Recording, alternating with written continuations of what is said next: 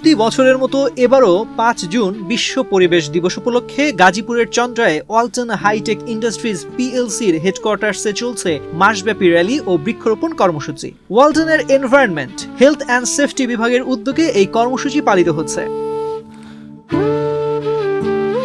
কর্মসূচির অংশ হিসেবে গত ৭ জুন জলবায়ু পরিবর্তন, আজকের পদক্ষেপ, আগামীর নিরাপত্তা প্রতিপাদ্যকে সামনে রেখে বৃক্ষরোপণ, বর্ণাঢ্য র্যালি, আইডিয়া শেয়ারিং ও আলোচনা সভা সহ বিভিন্ন কার্যক্রমের মধ্য দিয়ে পরিবেশ দিবস পালিত হয়। সকালে ফলজ ও ঔষধি গাছের চারা রোপণ করে অনুষ্ঠানের উদ্বোধন করা হয়। এভাবেই কোটি কোটি মানুষের ঘরে দেশ জুড়ে ফ্রিজ একটাই, ওয়ালটন।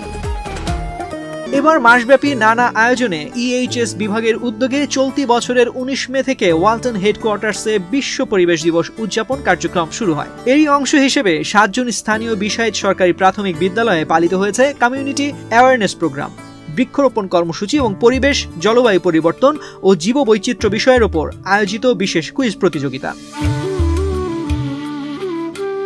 পাশাপাশি ওয়ালটন হেডকোয়ার্টার্সের আশেপাশের এলাকা থেকে প্লাস্টিক কালেকশন ও রিসাইকেল এবং স্থানীয়দের সঙ্গে পরিবেশ সংরক্ষণ ও প্লাস্টিক দূষণ সম্পর্কে সচেতনতামূলক আলোচনা করা হয়। আয়োজন করা হয় বর্ণাঢ্য র্যালি, ব্যানার, ফেস্টুন এবং পরিবেশ বান্ধব স্লোগান সংবলিত প্ল্যাকার্ড হাতে ওয়ালটন পরিবারের সদস্যরা র্যালিতে অংশ নেয়।